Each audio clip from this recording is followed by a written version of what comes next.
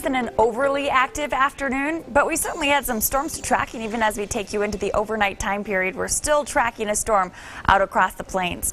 Take a look at your Storm Tracker 13 sky scan, and you can see that large storm out across the plains continuing to drop toward the south. If you are in Lamar, you'll probably start to see the rain picking up here over the next hour, hour and a half.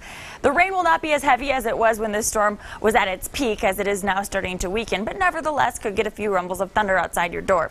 For most, the skies are clearing tonight, which allowed Ron Losey to get this beautiful picture of the moon near Los Animas. We'll continue to track those clearing skies into tomorrow morning, which means tomorrow we'll start off with enough sunshine to really heat the temperature up. That means tomorrow afternoon is going to be hotter than it was out there today. If you have afternoon plans, make sure that you are drinking plenty of water. The sunblock will be handy tomorrow too. We'll be in the 90s down the interstate, and the 100s are back for the lower Arkansas River Valley. La Junta hitting 101 degrees.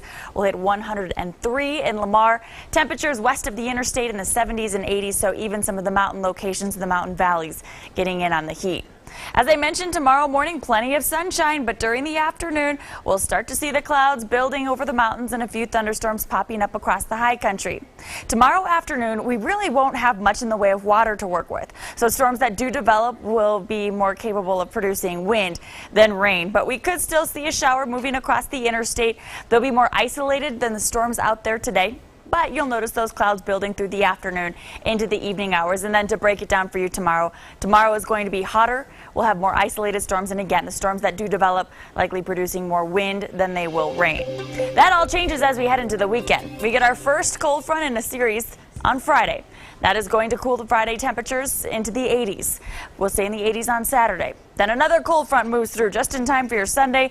With those cold fronts pushing through, we're going to bump up the chance for storms to 30% on Friday and then 40% over the weekend. Low 80s expected Sunday. Monday, Tuesday will stay in the 80s, and then yet another cold front pushes through, dropping your Wednesday into the 70s. We'll have that chance for afternoon storms each and every afternoon.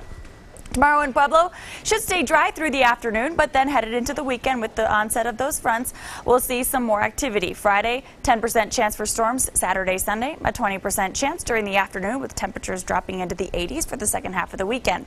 Canyon City, 94 degrees tomorrow. We hit 90 on Friday. 80s over the weekend for Canyon City also. Storms every afternoon, so the mornings are going to be your best time frame if you need to mow the yard, take the dog for a walk, anything like that. Teller County, 78 degrees tomorrow, 76 on Friday, low 70s over the weekend, and we'll have plenty of water in the atmosphere this weekend, so that means the burn scars will need to be monitored very, very closely if we do get a storm that rolls overhead. Yeah, and if people are going to the Pikes Peak or Bust Rodeo, they might want to take a slicker or maybe an umbrella. Exactly, or get one of the wide-brimmed cowboy hats. I hear those help. There you go. Shields you and your family. Exactly. My favorite kind. Thanks, Rachael. Yep. Well, and speaking of which, it so began.